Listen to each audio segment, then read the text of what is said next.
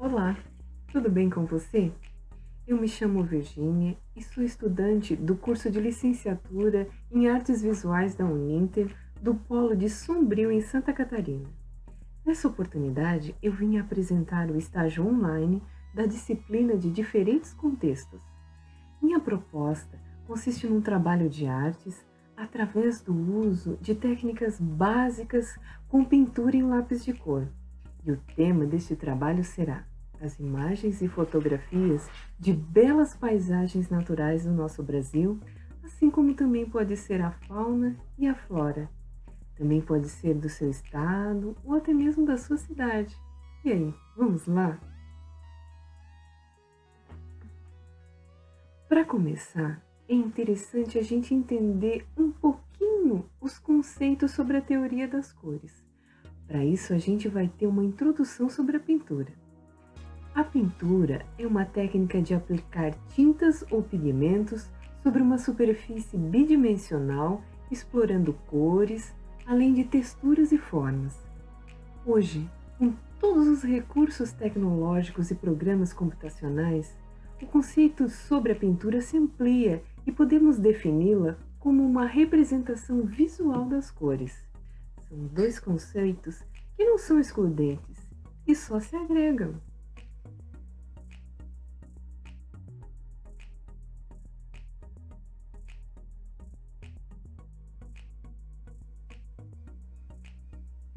Para entender um pouquinho a questão das cores, é o seguinte: a cor é como o cérebro e de todos os seres vivos interpreta os sinais eletronervosos vindos da nossa visão, resultantes da remissão vinda da luz emitidos por uma fonte luminosa por ondas eletromagnéticas, que corresponde à parte do espectro eletromagnético que é visível. A cor não é um fenômeno físico. O mesmo comprimento de ondas pode ser percebido diferentemente por diversas pessoas ou outros seres vivos ou animais.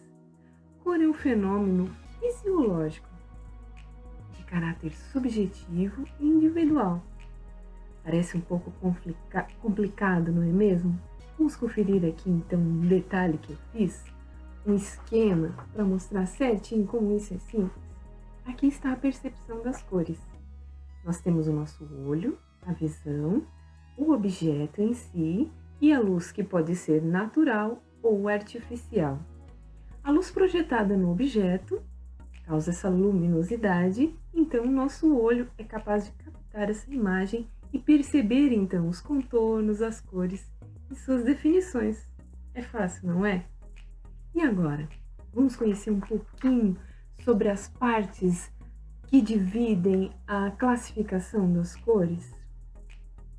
Primeiramente, a gente vai ver um esquema que vai mostrar a respeito da divisão das cores em primárias.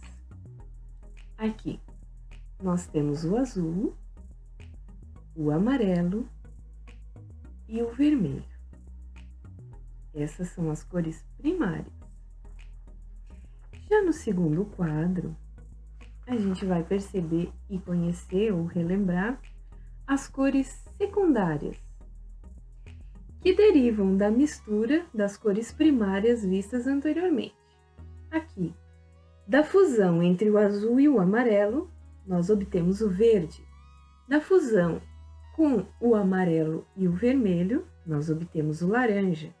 E da fusão com o com o azul e o vermelho, a gente obtém o roxo.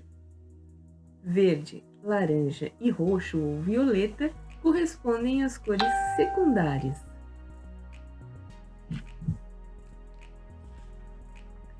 Já na definição das cores quentes, a gente tem aqui 3 exemplos que configuram essa denominação: o vermelho, o laranja e o amarelo. As cores frias, que são o oposto, o azul, o verde e o roxo.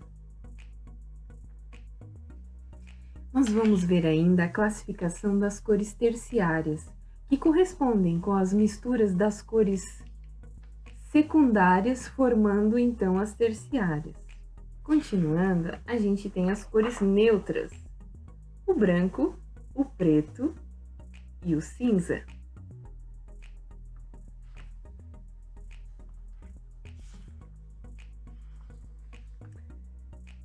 São informações básicas e super importantes antes de você começar qualquer trabalho na área da pintura, seja ela com lápis de cor, seja ela a pintura a óleo, a pintura aquarela. É muito importante. Como eu disse, são os elementos básicos que a gente conhece. E para isso é interessante que a gente pratique e exercite bastante. Continuando aqui, eu vou apresentar o círculo cromático. Nada mais é do que um resumo do que a gente viu até então. Com a letra P, são as primárias, que a gente viu. Com a letra S, as secundárias.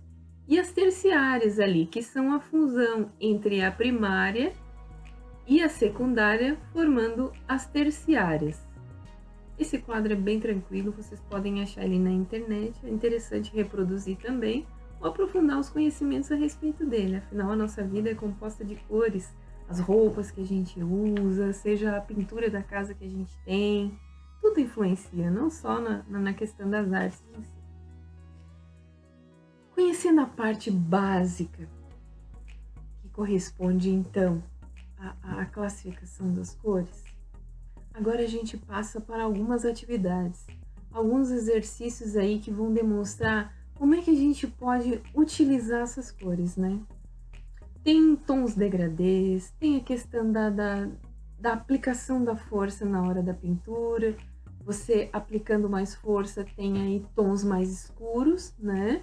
E aí se você vai aliviando, eles vão clareando. É por isso que eu preparei essa tabela de cores em um exercício em degradê. Aqui é só um exemplo.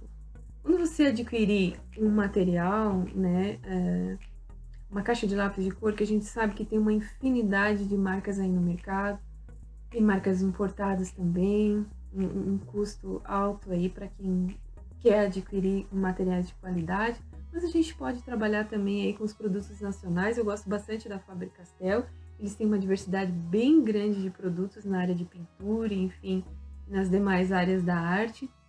E aqui eu utilizei o produto então da Faber-Castell, peguei 4 cores, né?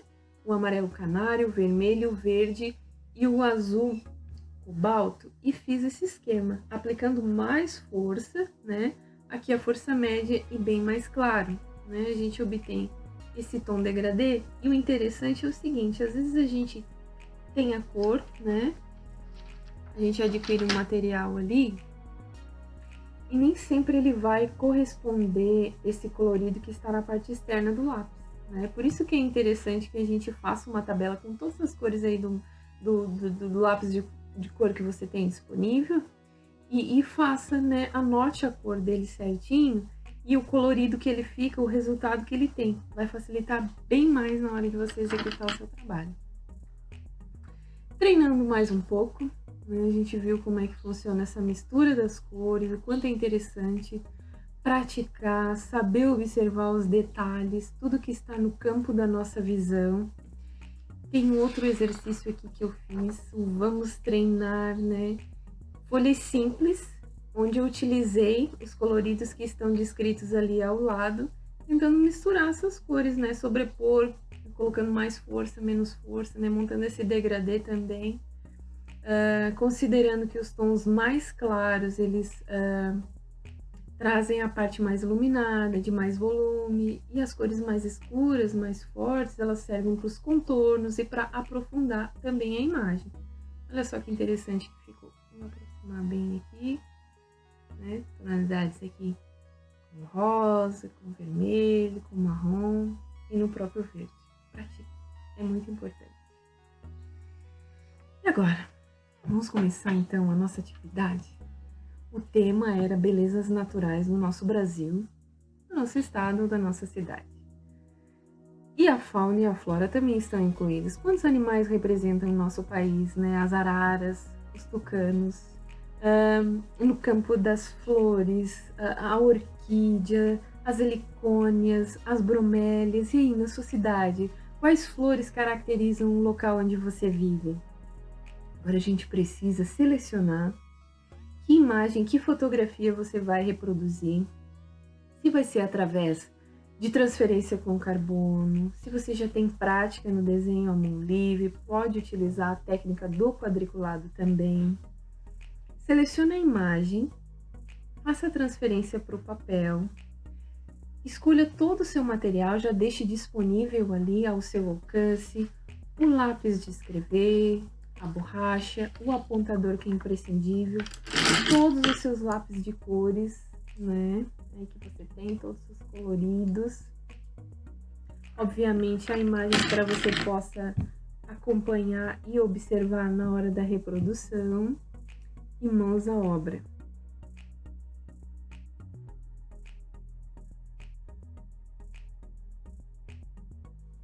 No meu caso, eu escolhi uma flor assim que é muito comum aqui na nossa região, né? Eu sou residente do município de Jacinto Machado, em Santa Catarina, bem próximo ao polo onde eu estudo.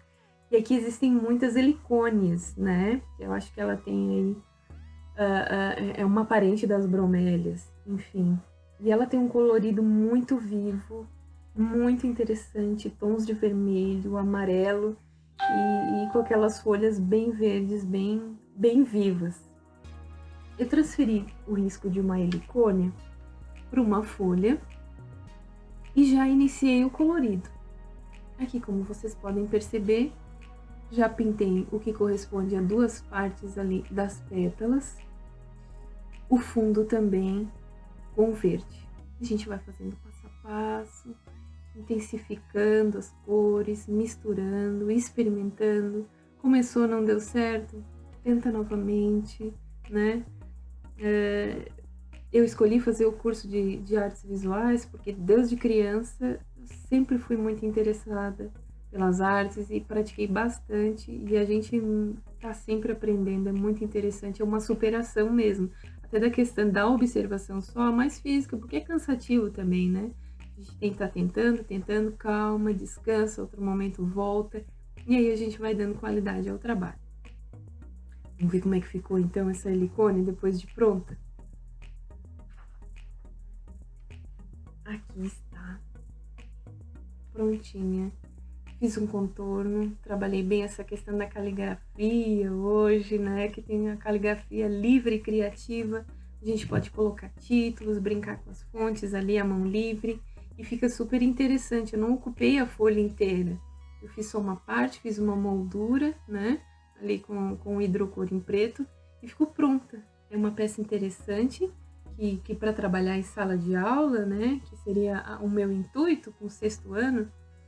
Depois de cada aluno selecionar uma imagem diferente, montar uma amostra na escola, né? E quem sabe até aí para o público externo também, para a comunidade externa da escola, para estar mostrando, né? Valorizando aí o que tem de bonito na cultura do nosso Brasil.